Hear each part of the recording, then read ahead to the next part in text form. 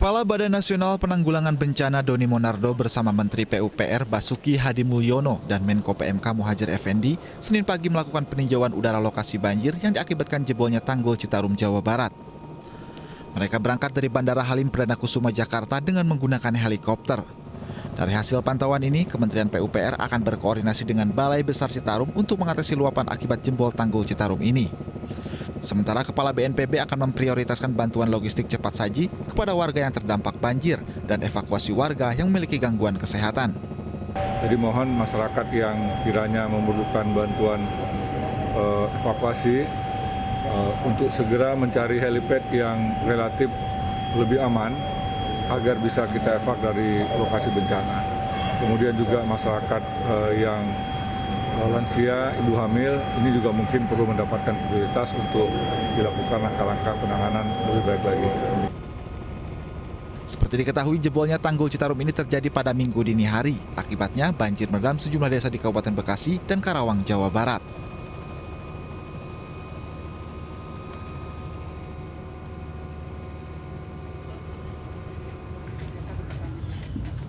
Ini baru tanggap darurat. Wakil Gubernur Jawa Barat UU Ruzhanul Ulum Senin siang meninjau lokasi tanggul jebol di perumahan Pondok Gede Permai, Bekasi yang sempat membuat perumahan ini terendam hingga 2 meter. Pasca banjir, proses perbaikan tanggul pun terus dikebut. Untuk sementara, tanggul Kali Bekasi yang roboh sekitar 60 cm ini diperbaiki dengan menggunakan geobak. UU yang juga berkoordinasi dengan instansi terkait agar perbaikan tanggul dapat segera dikerjakan secara permanen. Ini kan tanggap darurat yang dilaksanakan oleh pihak BPBS ya bersama dengan BSDA Kota Bekasi. Tetapi harapan kami ini harus ada segera nanti perbaikan secara permanen. Mungkin nanti kita akan dirapatkan kembali dengan BPBS seperti yang kemarin di Indramayu, kan seperti itu. Jadi sungai Ciliwung Cisadane ya. Jadi BPBS CC ya. CC-nya lah Ciliwung Cisadane. Banjir yang merendam perumahan Pondok Gede Permai sudah surut sejak Minggu kemarin. Petugas Dinas Lingkungan Hidup Kota Bekasi juga membantu membersihkan lumpur di jalan dan rumah warga. Sementara sejumlah pengungsi masih bertahan di pengungsian, sebagian lainnya mulai kembali ke rumah masing-masing. Dari Bekasi, Jawa Barat, Rahmat Hidayat, iNews melaporkan.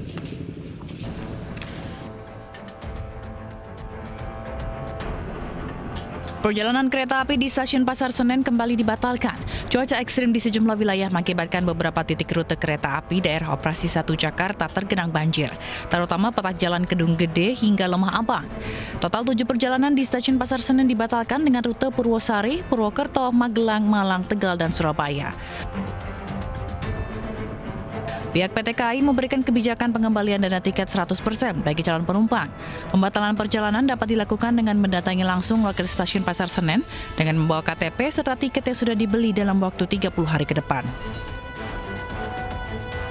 Untuk tujuan Blitar hari ini. Iya. Tadi persyaratannya apa saja, Mas? Persyaratannya sih gampang, cuman KTP yang asli sama bukti bookingnya aja udah. Tiket gitu ya? Iya, bukti tiketnya. Tadi saya nanya, katanya sih nanti paling lambat besok pagi baru ada infonya gitu. Cuma kan so far katanya sih lagi dibenerin gitu sih.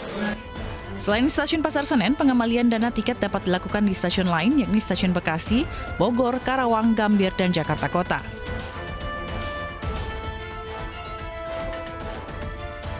Perjalanan kereta api dari stasiun Balapan tujuan ke Jakarta juga dibatalkan akibat banjir. Pembatalan sudah dilakukan sejak hari Minggu kemarin. Kereta yang dibatalkan perjalanannya diantaranya kereta api Argo Lau, kereta api Argo Dwi Pangga, kereta api Bengawan, dan kereta api Progo. Menurut manajer Humas PT KAI Daop 6 Yogyakarta, Supriyanto, bagi pelanggan yang sudah memesan tiket dapat melakukan pembatalan tidak harus datang ke stasiun. Jadi pembatalan tidak harus datang ke stasiun, tapi bisa lewat aplikasi KAI Akses, dan kita memberi waktu 30 hari ke depan. Jadi tidak hanya hari ini saat kereta batal, tapi sampai 30 hari ke depan. Hingga kini sudah ada ratusan calon penumpang yang mengajukan proses pembatalan perjalanan dan pengembalian uang tiket. Tim Liputan iNews melaporkan. Ini saya berada di satu bengkel di daerah Tendian, Jakarta Selatan, di mana banyak sekali mobil yang sudah masuk karena kemarin menjadi salah satu korban banjir. Di sini sudah ada 5 mobil yang bahkan sedang ditangani oleh beberapa mekanik di Raka Autocar Tendian Jakarta.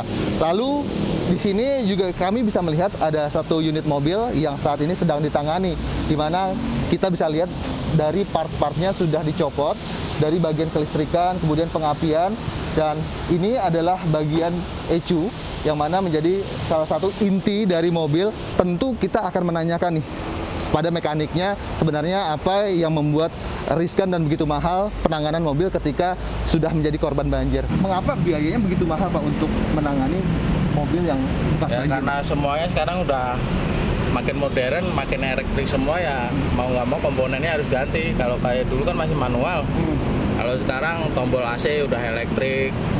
Kayak apa ya, unit, speedometer, kalau udah kerendam total ya udah. Nah, perkiraan untuk mobil yang Bapak sedang tangani ini berapa kira-kira? Sekitar 20 sampai 30 lah. 20 sampai 30 juta. Nah, spare part yang paling inti kan tadi setahu saya adalah ECU. Nah, mengapa demikian, Pak? Ya kalau itu paling mahal, karena kalau nggak ada itu nggak hidup mobilnya. Kira-kira tipsnya apa nih supaya misalkan mobil mereka terendam banjir? Cabut aki dulu. Udah. Itu aja? Ya. Mending cabut aki dulu. Itu, Mas Eko, makasih banyak. Maaf ganggu, silakan lanjut bekerja, Mas. Ya, itulah tadi keterangan dari Mas Eko, salah satu mekanik yang membenahi mobil yang menjadi korban terendamnya banjir. Dan yang pertama adalah tipsnya ketika Anda nanti terendam banjir, maka cabutlah aki terlebih dahulu. Dari Jakarta, Hasbiullah Purwadi Hartono, iNews melaporkan.